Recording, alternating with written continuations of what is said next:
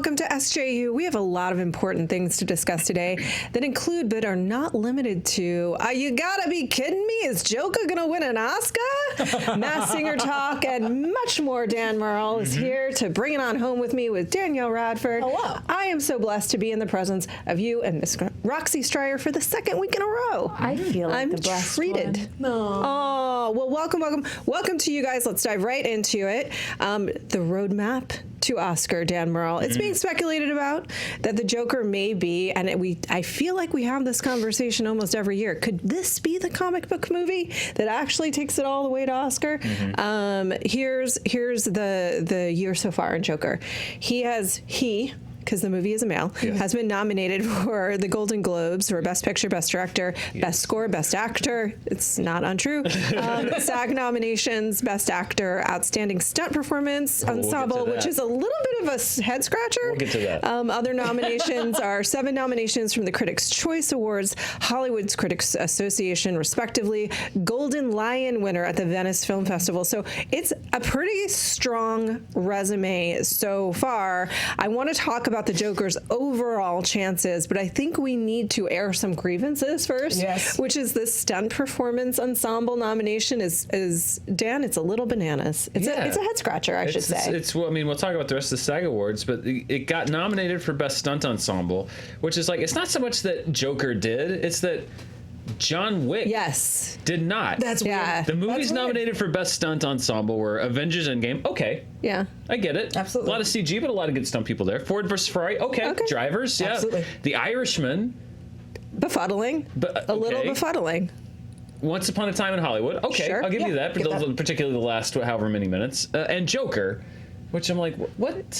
It's like the guy that got hit with the sign? who's the, like... I think it's probably that last sequence, the big set piece, but over John Wick? But over John Wick is, I think, almost any of these movies over John Wick, which is so driven by the excellence of the stunt work in particular, unsupported necessarily. I mean, sure, there's some CG, but not in the way that there is in Endgame, you know? Right. Yeah, it's insane. So I wonder with that, when they count stunt, do they also count like fight choreo with that? Because I know a lot of people who do stunt, they also do fighting, and like that's part of the gig.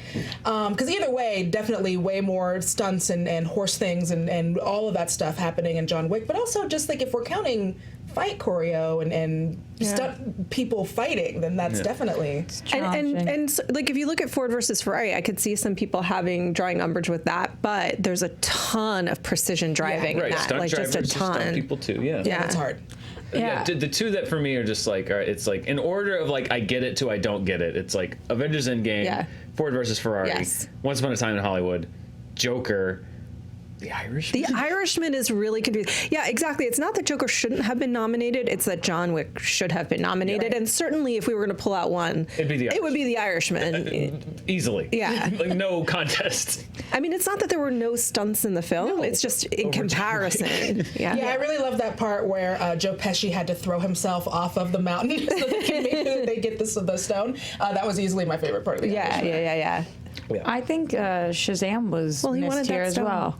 Shazam had some good stuff. Yeah, really great. A lot of window stuff. People busting into windows. Hobbs and Shaw had great stuff. That's the thing that I don't like. It's like I know that we're in the early days of recognizing stunt ensembles, and they should be recognized. But I think we now have to work with the people that nominate these things of like either making them a juried category where people that actually, because this happens in like the Emmys have certain categories that are juried because there's certain people that are qualified to recognize things that the vast majority of people are not. I think that's what you need to do is like figure out a juried panel that can at least nominate. And stunt work in particular, I think it becomes one of those things where it's like, well, I'm not going to nominate a Hobbs and Shaw for anything. It's like I think in this case you do have to separate. Okay, something might not be a prestige film, but that doesn't mean the work isn't good. It did what it was supposed to do. Yeah, you know? Exactly. I think it's really challenging because the more you can tell it's there, the less good it is. So So the more it blends in, the less likely you are to nominate it, but probably the better it is. It's like visual effects. Yeah, or makeup. I mean, the big example that I always use for makeup is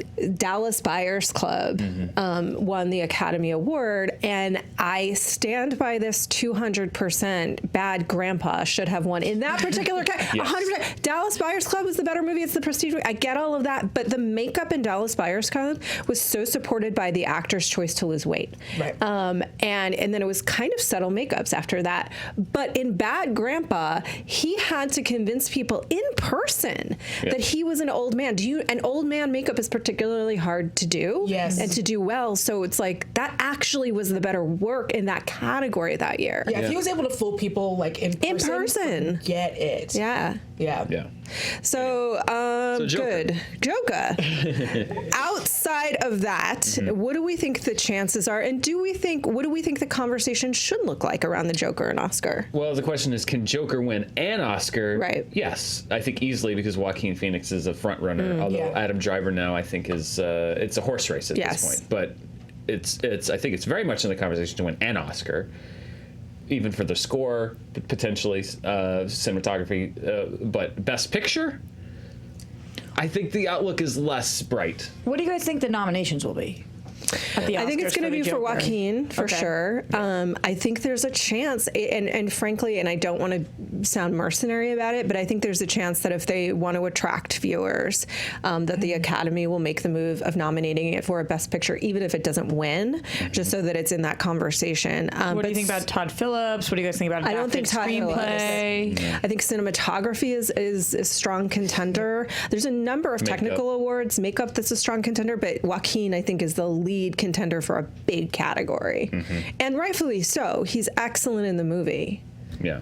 What do you think? Those are the same nominations you believe? Yeah, no, absolutely. I don't think that Todd Phillips gets a Best Director on this one. I do think that score or soundtrack is that there's a possibility, but I don't see them giving Todd Phillips Best Director. No. And some people will not be happy about that. But let's say it is nominated for Best Picture. I think where it runs into the problem is the way that Best Picture is voted for, which is not just a straight up and down vote, it's a preferential voting system. And I just don't know, number one, I don't know if the people that are that may be a little more hip to the Joker would rank it their top choice given the other choices. Not that it's bad, but I think there's so many other strong contenders this year that I don't think it's like, oh, well, the young vote will definitely go to Joker. And then I think the older members of the Academy are going to rank it fairly low, would be my guess, because it is, it's harsh, and it is not to some people, it's not what they think of when they think of a Best Picture movie. So even if it's nominated, I think that number one, competition's incredibly strong. Number two, given the way that they vote for the Academy Awards, I just don't see the kind of support there that would take it to Best Picture. Yeah, because who knows? It is a harsh movie, but even on top of that, it still has that came from a comic book thing on it. You can call it stink. Some people might call it stank, but like it could be good or it could be bad. But Staccato staccato, whichever one floats your boat. But so I do think that that's going to be something again with a lot of the older folks is going to Joaquin is great, but do we want to vote for this comic book movie? Now the thing that could change it is if the other awards start going en masse. Because that's the other thing with Oscar voters. Yeah. Easily swayed. They're easily swayed if it looks like a trend is starting, although it can't start too early because then you get a La La Land situation where the trend starts early, but then people are like, nah, I don't want that. Then the backlash happens. Yeah, then the backlash happens. So it's if their tidal wave of Joker stuff starts, Joker stuff. Joker stuff. That's a phrase we throw around in the office in a different context. If a tidal wave of Joker wins starts, it just means chaos. Wins, then its chances go up. Yeah. Right. But it can't be too early. Award season is weird. If it's too early, then you get the backlash and then blah, blah, blah. Roxy, what do you think that it deserves to be nominated for? I do think that it deserves to be nominated for Best Picture and for performance for Joaquin and for a bunch of technical awards as well. But I've been going back and forth on whether or not I think that Joaquin will win this. I don't know. Obviously, I don't know. None of us know. But it seemed like the conversation talking about timing, right when this came out, everybody was like, he's going to win this. He's going to win this. And now it's not that long after where I'm I feel like the tides are turning a little bit. I mean, Adam Driver, and I don't know who's seen Marriage Story. I've seen it. You've seen it. Adam Driver's performance certainly deserves the recognition that it's getting. It's also very understated, and I think that'll be an interesting distinction for the Academy to make. Because on the one hand, they love to reward a very clear prestige film, which is more Marriage Story. Joker, as you said, has the stink of being a comic book movie. Whether that's right or wrong, it shouldn't have a stink because of the genre, but it does. The other hand, the Academy loves to award showy performances, which the Joker is, and the performance in Marriage Story is incredibly beautiful, but very understated for the most part. There's a lot of current backlash on Marriage Story happening on Twitter where people are literally, they're just clipping. There's backlash about puppies happening on Twitter right now. That is a very fair point. But like, there's a huge conversation. What are they saying? You know what it is? It's the Avocado Paradox. There is no good, and I'll explain the Avocado Paradox at a later date, but there is no good answer. You lose if you eat the avocado, you lose if you don't eat the avocado. There is no winning with the Avocado Paradox. What's the Twitter backlash? They're clipping the fight and being like, well, the acting in this looks like college thesis acting. That's the best scene in the movie. And so now people who have not seen it, people who've not seen the movie, are only seeing that scene out of context. They did the same thing with Bohemian Rhapsody when it won Best Editing, because they took that one scene, which I will agree is very awkwardly edited, and they're like, ladies and gentlemen, your Best Editing winner of 20 whatever, and it's like they completely disregard the fact that it ends with what I think was an incredibly put together sequence with the whole Live Aid thing, but no, it's like I hate that. I'm going to take something out of context and I'm going to present it as if it's like there's so much that is earned in that scene. The entire performance arc is earning that scene. It's because they are doing everything they can to suppress that fight, to avoid that fight, to find the way to be decent to each other in the midst of a very difficult situation, and they frickin' lose it in a moment. In one moment they lose it. And to take that out of context is such a betrayal to the movie. It's so gross. I'm hoping that since who that even happened, posted that? Twitter was a lot mistake. of people have been. Remember the whole thing like, oh well, like Scorsese and Tarantino movies are basically superhero movies. It's just the whole thing about Martin Scorsese needs to work with an editor. Like, it's just some friggin' nobody and nowhere can just say some crap and. Ugh. I think it's I hate Twitter, and I love it. It's a hate and love But we thing. love you. It's like Marriage Story. I love the cool people on Twitter, and I don't like the other people. Yeah, I think it's one of the. So I'm glad that at least happened now. Dan, baby, I love it right now. I'm hoping that if we get that out of the way, then there can actually be a real conversation about it. Because I've seen the whole thing, and so I was a theater major. Like, I know all of these things, but to me, like that fight didn't hit the way it hit other. And again, you can't watch something like that out of context. No. And even if you don't like it when you see it in context, at least you've seen the movie.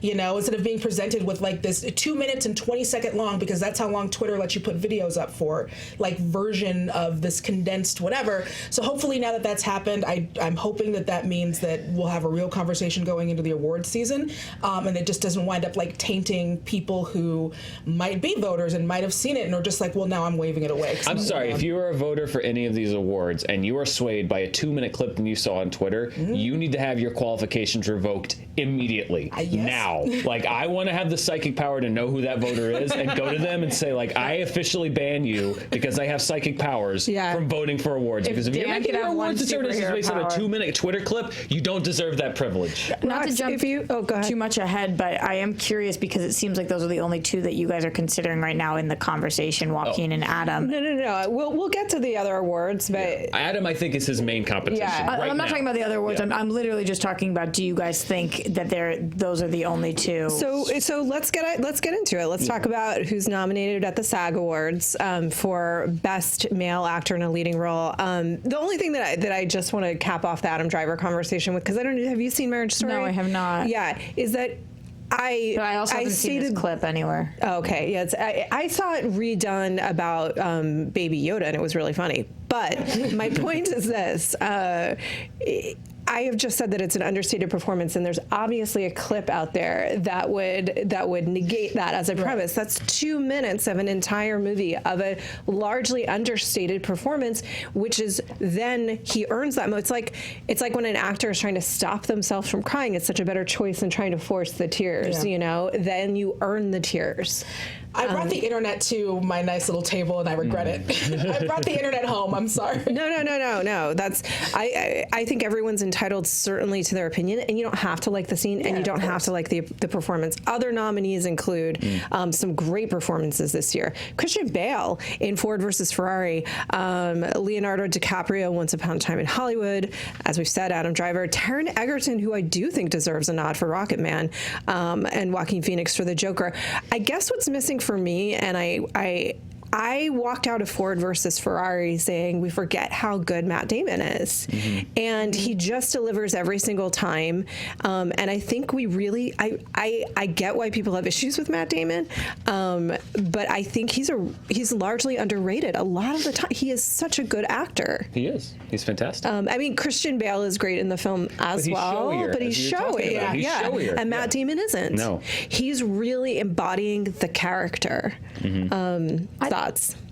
Yes, I agree. Matt Damon's great. The one that's missing for me, I'm rolling up my sleeves. There's 2 this year. Last year was an Oscar for Tony. Didn't work. And we'll talk about this with supporting actor in a minute. Adam Sandler. Yes. In Uncut Gems. I haven't seen it yet. Is so good. Did you hear his threat? His threat? No. It's amazing. He said if he wasn't nominated for an Oscar, he would make a movie so bad that the world would regret it, live to regret it, which I think is amazing and really funny. But it's so fun. Not on He purpose, delivers Dan. this incredibly powerful performance, and he still can take the piss. Adam Sandler not being in, and he's been in a lot of these, but the critics like it, and he's not been in the big hoobity hoos. Yeah. Hoobity hoo. Like a Golden Globe. No. Describe the plot of Uncut Gems as Adam Sandler and Happy Gilmore. Adam Sandler and Happy Gilmore. It's just Adam Sandler. That's true. Yeah. But he's great. Eddie Murphy. Yeah. It's great. And I think Eddie's got a shot at the Oscar nomination. They love that story. And if he's nominated, then I think that's another real challenger because they love that story. And then we talk about Clint Eastwood every year makes a movie. Not every year, but oftentimes makes a movie. And WB did not get this movie out there for these awards, which I think maybe why you don't see it. But Richard Jewell is I was like the movie was pretty good, but Paul Walter Hauser, he 100% deserves to be on this list. Is really good, and I think that so many times $1 Million Baby did it, and Letters from Iwo Jima did it. Like, could come in at the end, and I think if Paul Walter Hauser slides in there, that's a great story, and he's really good in the movie. He's a new face. It's a great story. I could see him sliding in there. In addition to all these performances, which are great, and I completely agree about Paul Walter Hauser, and the conversation seems to be that he's not getting the buzz because of liberal Hollywood, conservative Clint, and the movie being relatively conservative. I don't know if that's true or not, but that's what people seem to be saying. I also thought that Matthew Rhys was amazing in Beautiful Day. I think he's one of the most underrated performers. I was obsessed with The Americans, and I think that he did a great job. Also pretty subtle. It wasn't like anything that you would see in The Joker, but he just nails everything and really embodies his characters.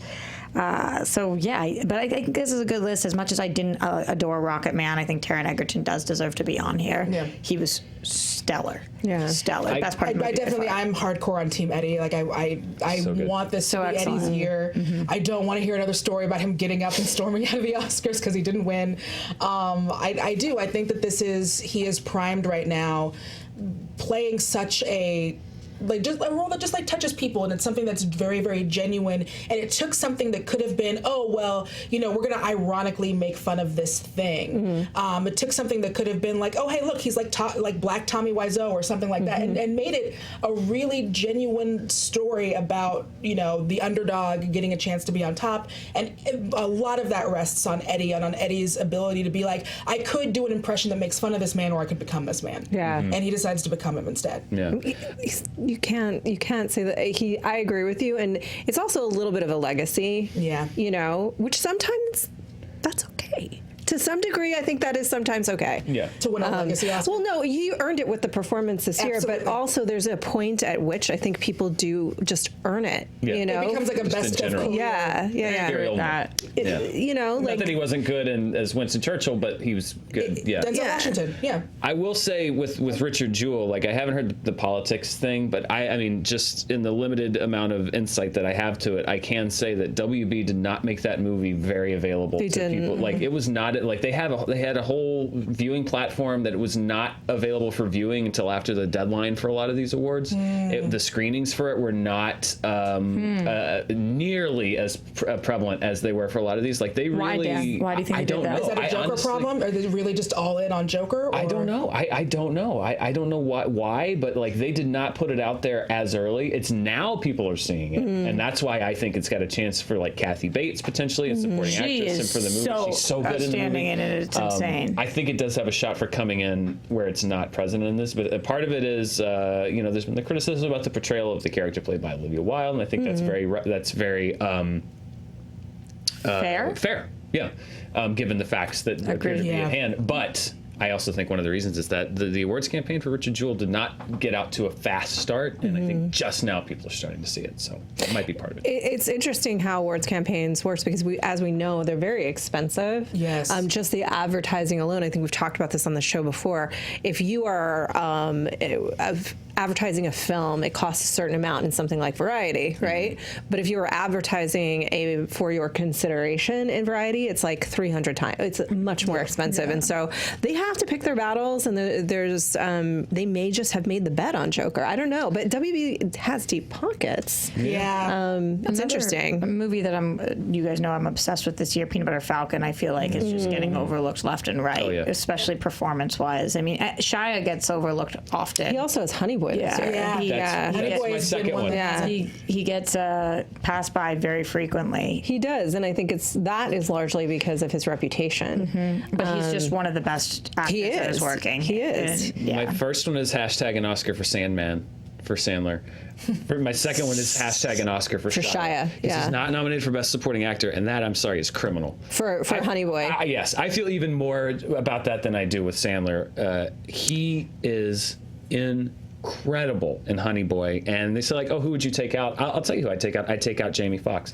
So let's list them out. It's Jamie Foxx for Just Mercy, Tom Hanks for Beautiful Day in the Neighborhood, who I actually agree with you. I would have subbed him out, oddly enough, I'll get yelled at. Al Pacino for The Irishman. This is my front runner who I'd like to see win is Joe Pesci for The Irishman. I think this is the performance of his career. Really, really, of his entire career. This is it for him. Brad Pitt for Once Upon a Time in Hollywood, and I Am With You. Absolutely, that Shia is missing from that list for Honey Boy. I would actually take out everyone but Joe Pesci and Tom Hanks. Wow. I would put Shia in there above all those people, and I love all those performances.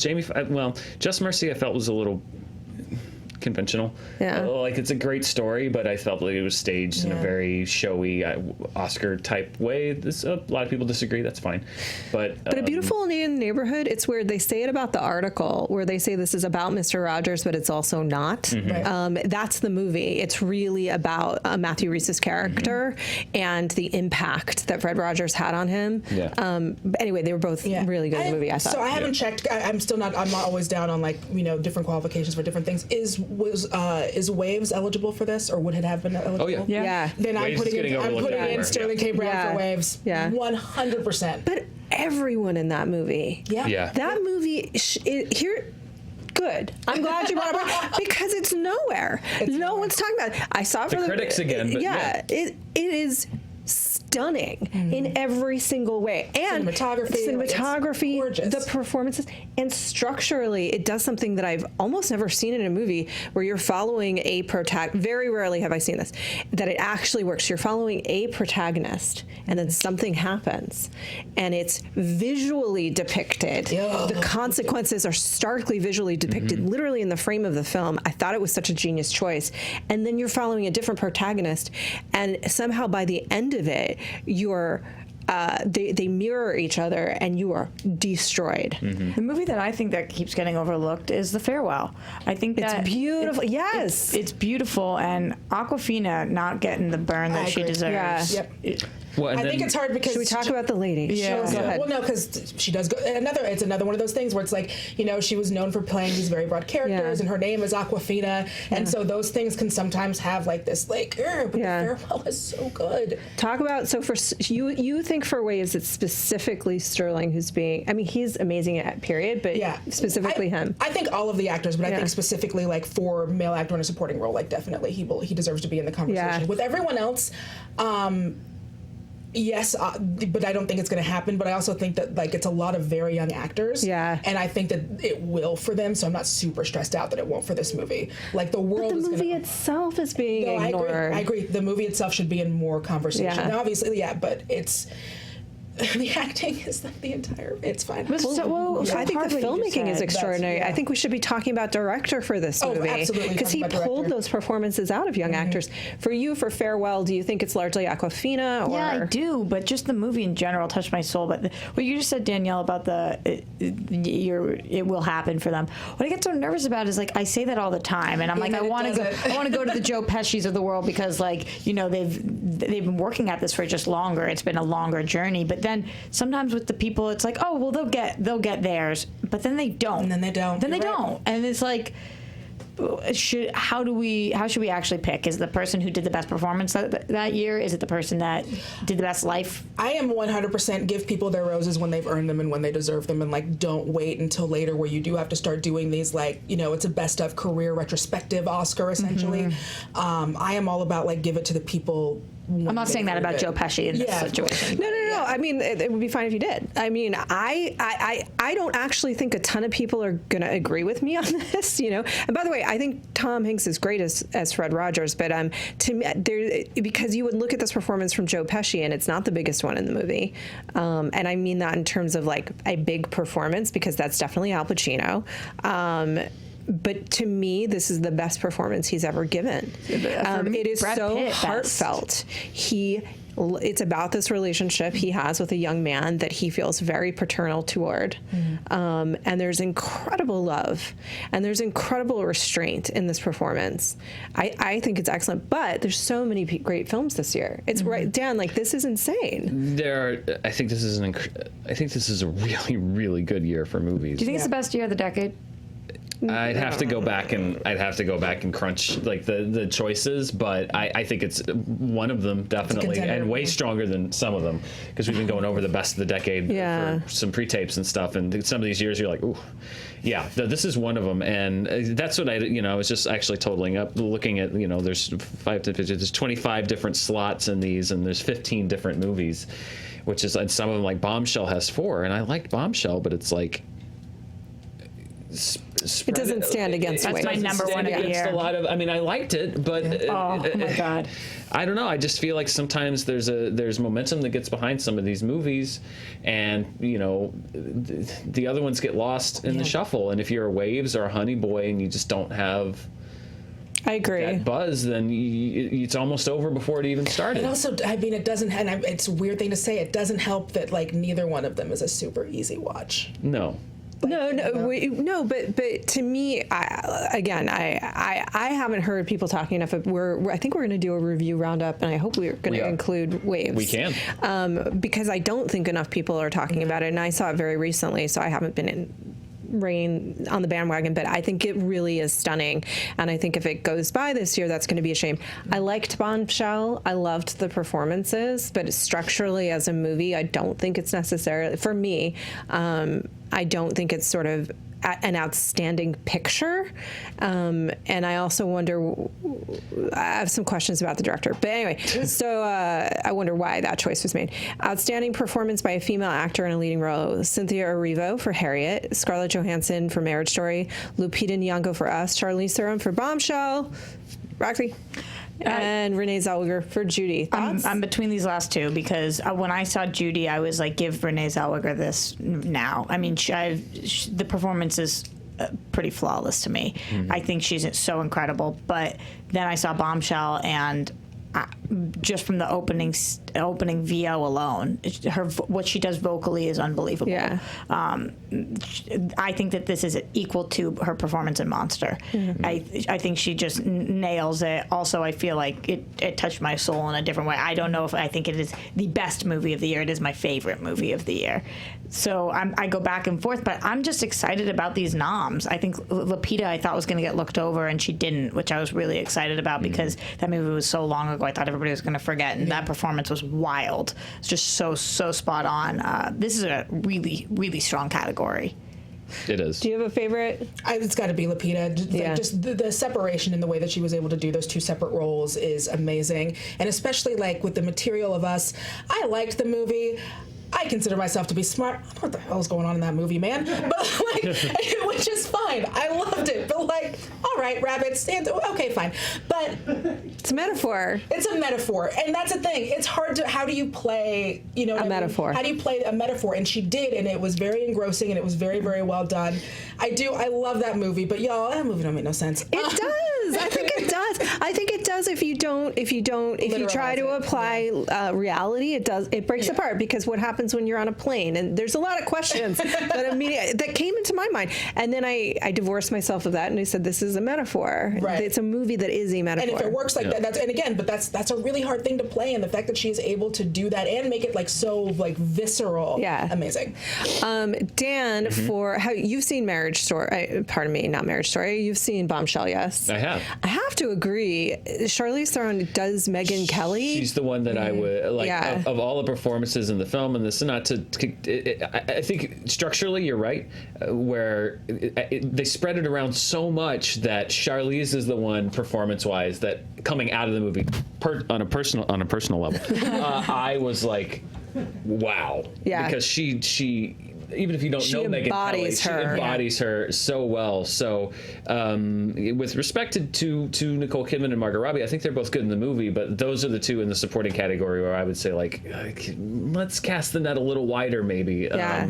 But Charlize, I think she's phenomenally good in that film, and I don't know who.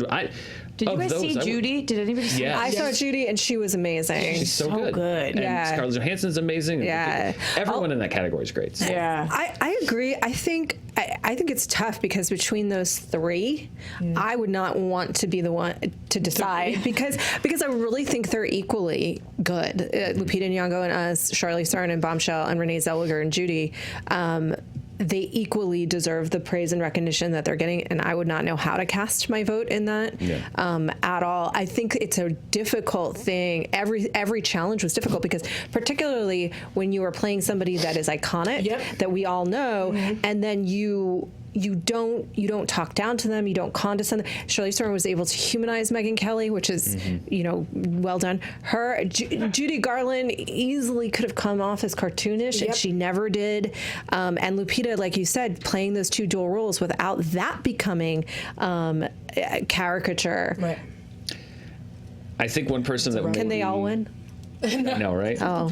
I would like to see her here, and I wasn't over the moon about the movie itself, but I think it's kind of a Matt Damon situation that we may take for granted. But Saoirse Ronan in Little Women is very good. I'm seeing that tonight. She's very good, Yay. It wouldn't be on my personal list of like the best movies of the year, but as far as her performance and then even cinematography, and I would put it up in a few categories, but that's another one that's coming on a little. I don't know about Timothée. I liked it. He's done Sad Boy so many times. I know, but I'm also like, he's I love Little Women. Debate him, Dan.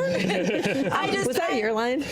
I think I'm not sad. Debate me. Was that Joe? I don't know. Okay. I'm kind of blanking. That's last year. my favorite. Did who won this category last year for the Oscars? Olivia Colman. Glenn Close was Glenn Close. It was like Gaga versus Close, and Olivia Colman went. The wife was so good, and it was such a joy to see her win because she loved it. She had so much fun with it. But I would say all three of these performances stack up to that, if not are better. Yeah. So it always depends on the year. It's a strong year. For female actor in a supporting role, it's another tight category, though I have a big favorite because I think this is the performance of her lifetime, even with the other movie that she's the lead in. So we have Laura Dern for Marriage Story, Scarlett Johansson and Jojo Rabbit, who... That's mine too.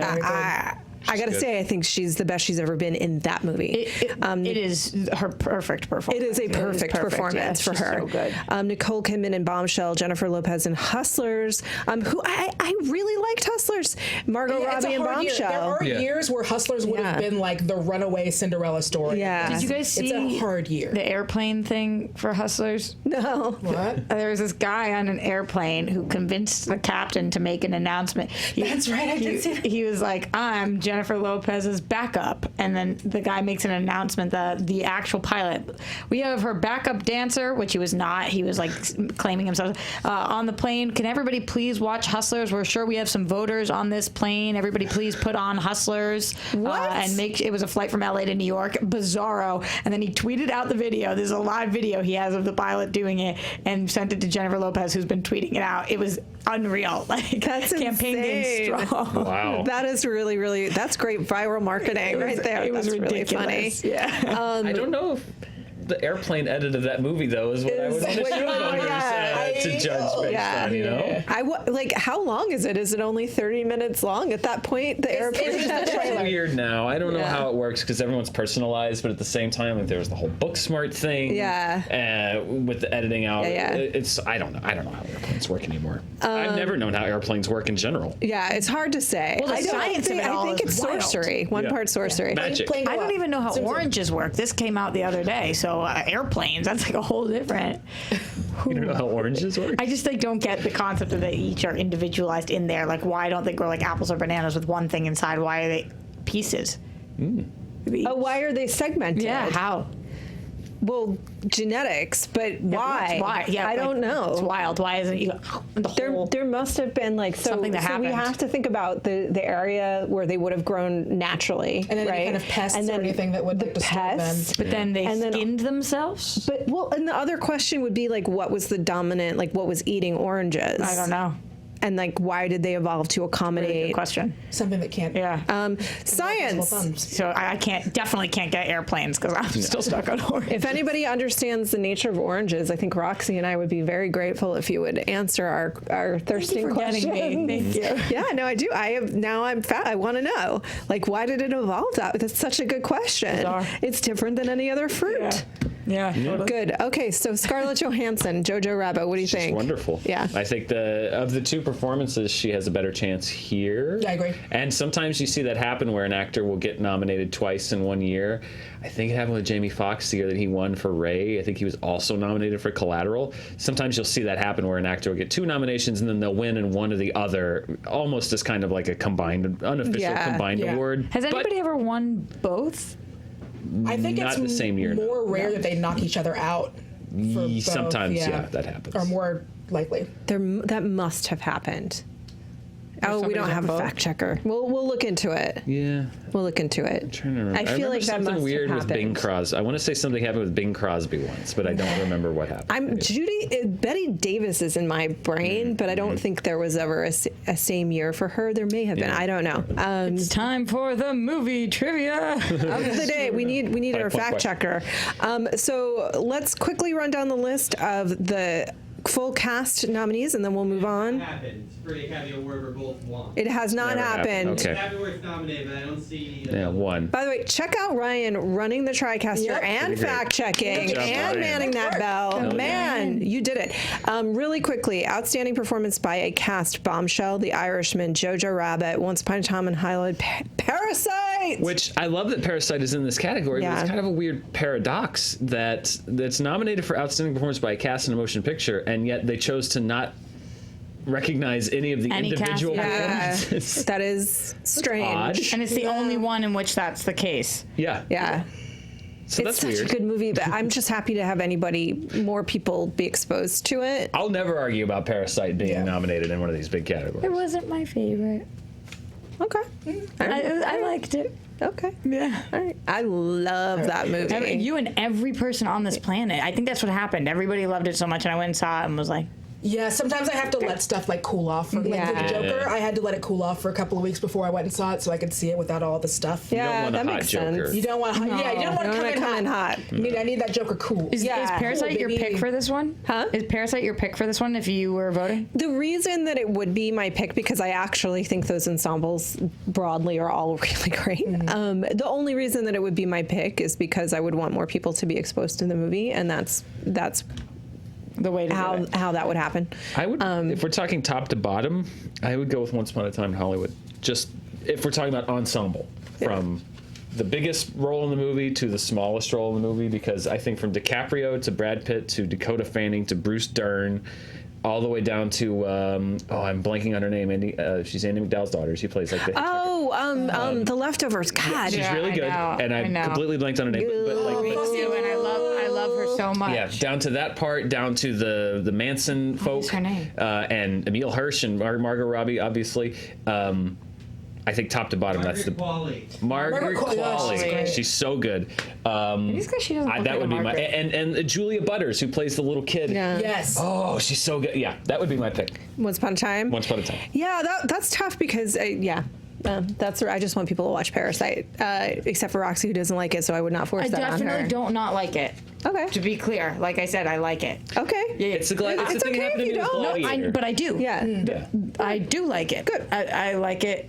Totally like it. I feel you, Roxy, because when Gladiator was nominated for all the Oscars, I liked it, but I didn't love it, and it became, Dan hates Gladiator. it. Like, no, I don't. Everybody who's tweeted at me, you hate this movie. I'm like, no, I totally liked it. Yeah. It was fine. There's another video that we did for over the holidays where we were talking about going in blank to a movie, and I think to your point, Danielle, often those are my favorite movies because I don't have any preconceived notions. I don't need it to be anything. I don't know what it is. I can just let it be whatever it needs to be. Titanic was the first time I gave myself that gift, and I've never. Like, it's different with like some of these big, like with like an Endgame or whatever, like stuff where particularly we're going to be talking about it here, or it's stuff where it's like, okay, it's like a big Hollywood movie, blah blah blah. But when it comes to things, especially like that, where it's like, oh my God, not only is it this big movie, it's also like the most beautiful thing I've ever seen, blah blah blah blah. Titanic was the first time I gave myself that gift, and it is the best thing I've ever done. Yeah. It's just to say like, hey, sometimes if there's like too many hot takes, I'm just going to back off and then wait for all of those to cool down and people to talk about the next thing, and then I will go see this thing so I can see it without any of that stuff in my head. Yeah, you don't want to be embroiled in Joker stuff when you go see Joker. No Joker stuff when you go see Joker. The thing is, and the only reason I was saying like it's okay if you don't is not because I don't trust you to give your real opinion, because that's one of the best things about you. You certainly will. Thank you very much. But I do think it's strange how we all kind of like, I do this when I say something that is in opposition to the popular opinion. I just tense up and I get nervous because I just don't enjoy being yelled at and having mean things said to me. I don't think anybody does. But you guys remember when Phantom Thread was nominated? I had no shame in saying how often, how loudly I did not like that movie. True. I totally like Parasite. Just to me, it's not in the conversation of these other movies. Well, we want to thank you guys for being a great audience with us, and thank you for allowing us to be in the space where we do just give you our opinion and you give us yours, and that's all good. I think we have one of the most amazing and coolest and smart and insightful audiences. This is true. I agree with that. Online. I really am so grateful every time I get into those comments and I see like a very interesting, engaging conversation happening. So legitimate thank you from me to you. I think we all have a ton of affection for one another, and so thank you for creating this space for us just to be able to express ourselves. It really is a very big gift, not one that I've always had in other places. So I'm grateful for it, and I'm grateful for you guys and you guys.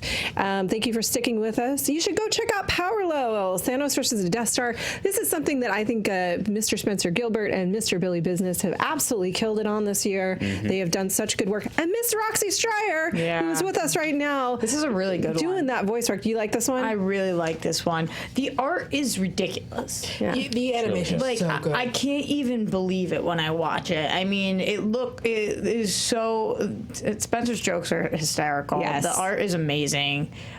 Billy's done a great job overseeing everything. I'm so lucky to be a part of it. I love Power Levels. Yay! I just love it so much. And every time I watch it, I'm like, wow, how did they manage to salvage what I gave them?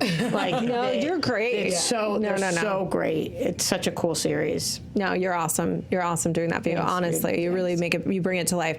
That's the truth, and I love it too. And we've had a lot of fun working on this year. And I will say, it's just one of those things you just never know when you're working on something, Dan, how people are going to respond and like how it's going to do. So I think the best thing that you can do is that we can just do what we like. Yeah, totally. And like hope we find people that Kind of agree. works so far. I don't know, we're rolling the dice. Keep rolling it. Keep on rolling it. Listen, I'm talking about cats for 20 minutes a week, and people seem to be liking it. By the way, I can't wait. We're looking at next week, Dan Murrell. When Those are you Jello guys Girls going? are coming out next Tuesday night. Me too. Yes. Yes. Yay, Cats I'm Party. so incredibly jealous. Yeah. So I've been with you on Spirit, counting down to the Jellicles. I can't. It's just. it gets better with every week it goes by. I know. It really does. Not my show, the cats. The cats. cats. And this concept of what this movie could be gets better every week. Well, the reason, Dan, you said something very early on when the first trailer was released that I think is still true, is that it's basically unintentional body horror where they look like they are tearing themselves out of their own cat skins. Yes. And I can't unsee it. It looks like a human struggling to get out of a cat body. Wow, I especially see that in Taylor Swift. Yes. That is what's happening. Yeah, Just she wants desperate to be through. free of her cat form. Yes. This movie's gonna be maybe the best movie. It's gonna of the be the year. great- Like, what if I'm this really is for excited. It ensemble? might be the greatest movie of the decade, Dan, in a certain respect. We don't know. Certain point of view. Possibly all time. Yeah. Well, thank you for sticking with us around cats and power levels. Never Surrender, our documentary about Galaxy Quest, is available right alongside the 20th anniversary of the movie Galaxy Quest, which comes up this December the 25th. It was released on December 25th, 1999. It's going to be available on all platforms for sale on the 17th of December. Did you see the numbers from the theater? How much it made?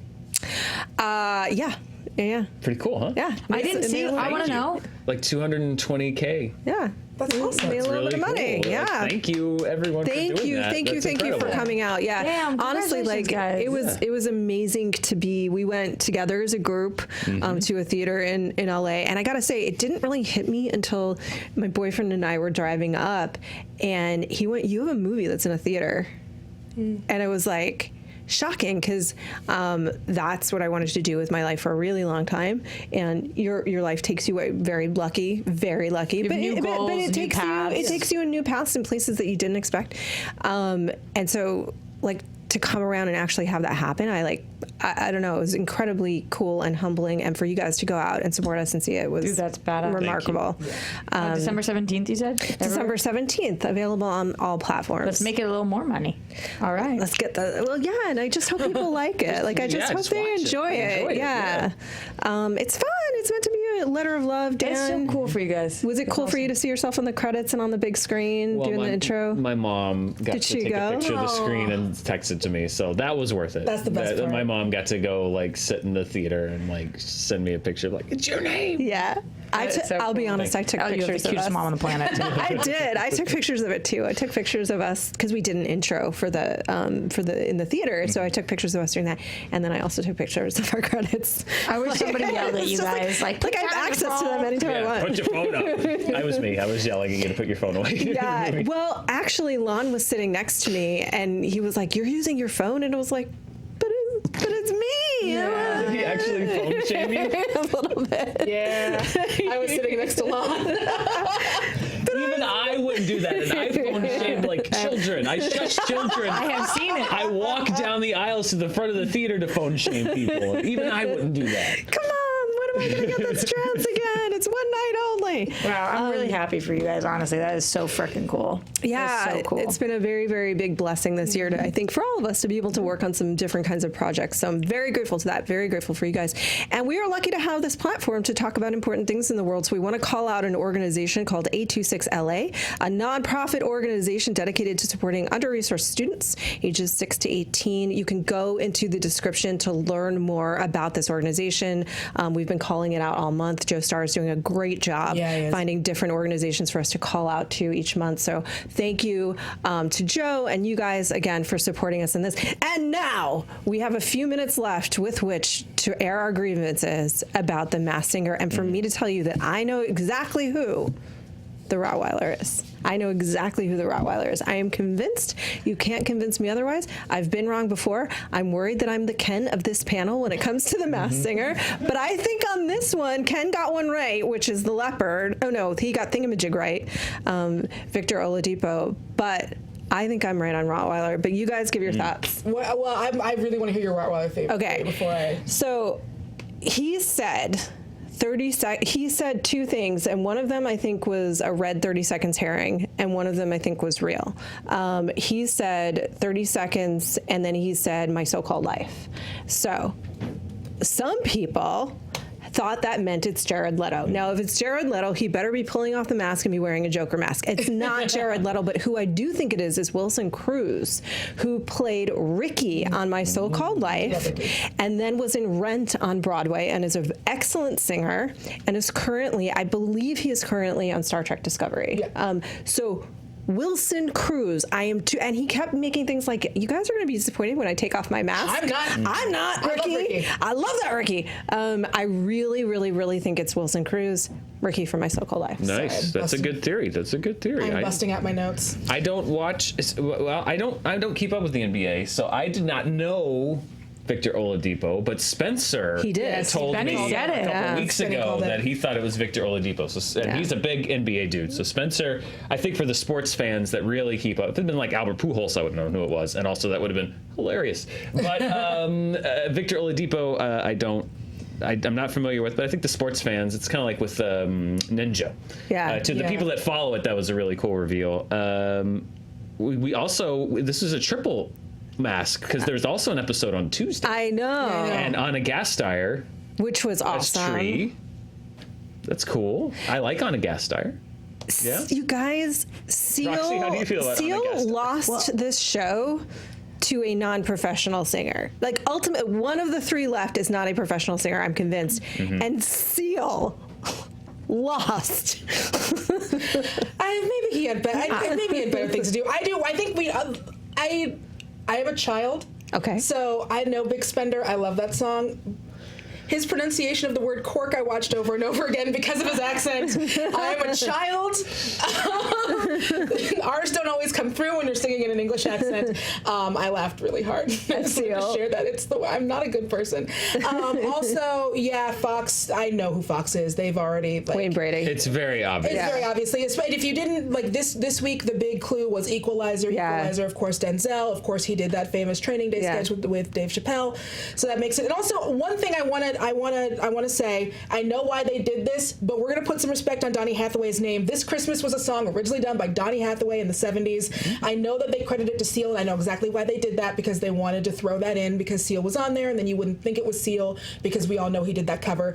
Everyone has done a cover of This Christmas. John Travolta and Olivia Newton-John have done a cover of This Christmas. Where do we find that? On the internet. But there's like a big long list. It's like a classic R&B Christmas song. So while I do appreciate that Seal probably had the last charting version, we're going to give it up to Donny Hathaway because that's a classic. Okay, Roxy, you watched this for the first time. So I watched one episode, and it was last night's episode. So that was news to me that there was two this week.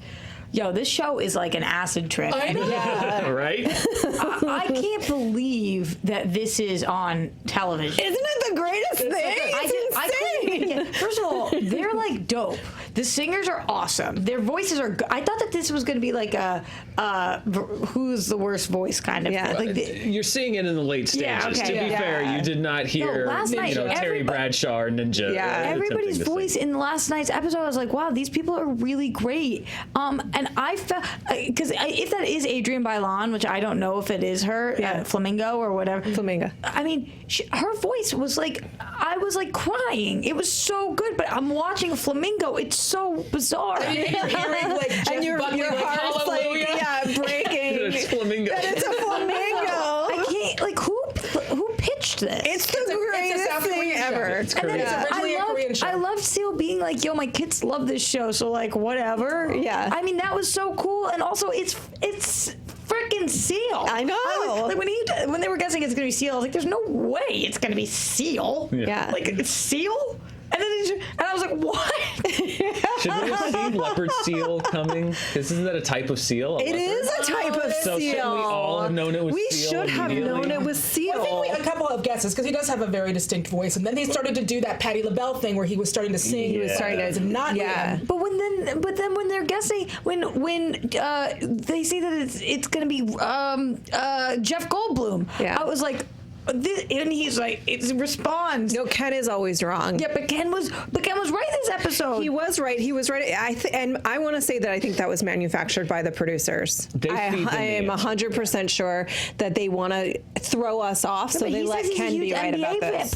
Fan. Maybe he was right. It's all fake. But I that's don't okay. know. It's very entertaining. Judges are. Do It's you all agree wrestling, that the it's fine. judges are absolutely useless on the show? Yeah. Well, like, also, is Nicole gonna go on a date with Victor Oladipo? It seems Maybe. like she is. What's happened up to this point? Last week there was a big thing where he like professed that he had a yeah. huge crush on Here's her. the thing. And she's been a little flirty with Thingamajig, very- too. I would watch that Wow. Bravo show. Oh. I would watch that I would Bravo watch show. that tomorrow. Like, what if they actually date? That's wild. I mean, she fell in love with a creature. I just couldn't even get over it. Like, Yeah. I This is can't the get greatest over thing. it. Yeah. Watching you discover the Masked Singer, because Dan brought the Masked Singer to us, so he was the first one to watch it. And then yes, it I was Dan. where you were this time last year. Yeah. Yes. It's a perfect Dan thing. You've got to know knowledge. You've got to have trivia. There's like performances. It's a reality show. People get voted off. It's a perfect Dan show. And it's a very colorful harbinger of the apocalypse. What were you Like, doing? You just flipping? No, here's what I do is largely because there's a lot of movies that I watch, Yeah. Particularly like this time of year. But some of them are kind of heavy, Yeah. and so what Mara and I do is when we're not watching movies, generally we're so behind on television. Number one, because we're watching a lot of movies, and number two, because the TV that we watch, generally, we want it to be just Light. Turn your brain light, off. Yeah. and so we watch like 90 Day Fiance. Yeah. Oh, I love that show so much. And I watch Floribama Shore with her. Yeah. It's excellent. And when this came out, we were like, this looks like the perfect, terrible show. Yeah. Like, we're going to watch the first episode and watch this train wreck. And within 5 minutes, we were addicted and like trading theories, swapping theories. How do the judges not know? Like, who's walking in the building? Do they walk in with their mask on? So here's what Yes. Billy. Really? Yes, Yes. Billy told us he's somebody that worked on the show, but basically, especially the first season, the audience was only filled with people that actually knew the contestants. Like, they wouldn't let anybody else come in. That's another reason that the show is amazing, because every reaction shot is so obviously fake and like disconnected girls from are what's like- actually happening. Like, it's amazing. It's so bad. It's so close. And then they make these Their faces. comments that were clearly from like 2 hours earlier. It's excellent. It is excellent television. It's so good. Dan introduced this to us and he said, guys, the world is ending and I am here for it.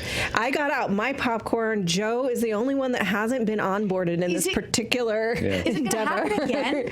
I guess it's because another season. Oh, Like it's a top 10 happening. show. It's Yeah. definitely gonna It's a happen huge again. show. Yeah. Announced the premiere date for season. Yeah. I mean, like, they're gonna tie in with the I Super can't Bowl. even possibly explain how in I am. Yes. Like, for Yes. this ride. Yes. This was weird. I was I watching want to and I start was like, getting a royalty from them. Yeah. Feel the Masked Singer flow through you. I was watching it and I could feel myself getting wrinkles because, like, the whole time. This was Yeah. me. If It was it weird. This is beautiful. Adrian Bylon, if it is her and I made her famous tuna salad, would one of you eat it on air? Yes. I can't stand I will tuna. eat that. I don't like You mayo. I will eat that. Okay, watch. I'm holding you to it. What's in it? Because I just I'll said tell yes. you I don't know when- what we're saying. No one tweet her. I will tell you when I bring it. Do I have to eat it first? Is she on the talk or something? Where is Adrian Bylon? She has like a. She has. Did she her have like a own- Disney Real? show? a YouTube channel. She had a Disney show. She No, was I like remember Cheetah Girl. that, but wasn't she? Didn't she go afterwards to be on one I of think those she's on talk The Real or shows? one The of Real, those. or yes? Yeah. And she has like her own lifestyle thing. I will tell you when I bring it. Okay, I'll eat the sandwich. I'll eat a bite of the sandwich. I can't say I'll eat the whole sandwich. Perfect. Is it weed? No, no. Oh, okay. Is it got a lot of mayo? It has some mayo. I'm not a big mayo But there's a gal. secret ingredient, We and agree I'm on very excited for you to try it. I mean, is it like crickets? No. It's completely. Crickets are edible. Lots of people eat them, but it is a normal ingredient that you would come across every day. But You know maybe that not would in piss that off- But not in context. tuna salad. I love that you didn't All want right. to piss off Big Cricket. I mean, people eat cricket. It's like a delicacy They somewhere. do. So I don't want to be like, oh, but It's a sustainability thing too, eating Yeah. insects. Yeah. What? Well, not for the insects, but just for the planet. Oh, insects. Yeah. I thought you said it's a sustainability thing, insects. Maybe. To which I was like, There might be an endurance element to crickets. I don't know. Protein? There's like a heavy protein element. Perhaps there's like, salt of the earth. Like I feel can like I kept it now together it's so like well till now. tapping into like it's got that earthy feel the way oysters do. I'm unsure. Roxy, you've been talking for like an hour, and this was the first time you did this. that. Thank So I want to say this. I started this show by saying we're gonna have a tight 30, guys. That Longest show of the week. failed. But this was an important important point for us to check in on The Masked Singer. Dan, thank you so much again for bringing us this jewel. It's my pleasure, and it really is. I could tell you everything about The Masked Singer, and yet Chernobyl remains unwatched. But I'm the same way. I have no excuses. My excuse is the same as yours, which is I come home, I'm tired, it's probably been very stressful, and I've watched very dark films or whatever, and I just want to watch like The Voice or The Masked Singer. I prefer this to Chernobyl. I've seen them both. Okay. That means I'm going to love Chernobyl. I gotta say, Chernobyl's excellent, but this was Roxy really Striar, cool. I love seeing your face, period. I love seeing yours. I adore you on a human level, but man, it has been a special delight to watch you discover The Masked Singer today. Thank you guys for having me do this. I'm excited to be on the team of Masked Singer fans now. Thank you for allowing us to bring you into the fold. Yes. Danielle, you're the best. Yeah, you're the best. Also, the In Heights trailer was great. That's all I have to say. It was amazing. Yeah, word. It was. It It was dope. watched it. Yeah. made me cry. Yeah. Okay, so watch it. And also, Watchmen was robbed. Okay. Wait, Watchmen wasn't. No. Only for stunts. I haven't had a chance to rant about The Watchmen. It's coming, so good. It is such a good show. Oh my God. I'm no Just for Regina. stunts. No. That's Golden Globes, too. Yeah, and they snubbed When They See Us, so All I've right. got my bone to pick with them. All right. When we do our Golden Globes show, I got a bone to pick with you, Globes. I had a real bone to pick with you because Watchmen is one of the best shows on television right now, period. One of the best of the last decade. I'm not even kidding. This show is absolutely brilliant. If you're not watching it, I hope you will check it out. If you, please just watch it. It's so good. And this performance is being ignored. A shame. I'm leaving upset. Somebody say something amusing. Masked Singer. We'll see you next week. I'm still mad. Yeah. That's so upsetting. I literally had to ask, are we cut or is this still going? Oh.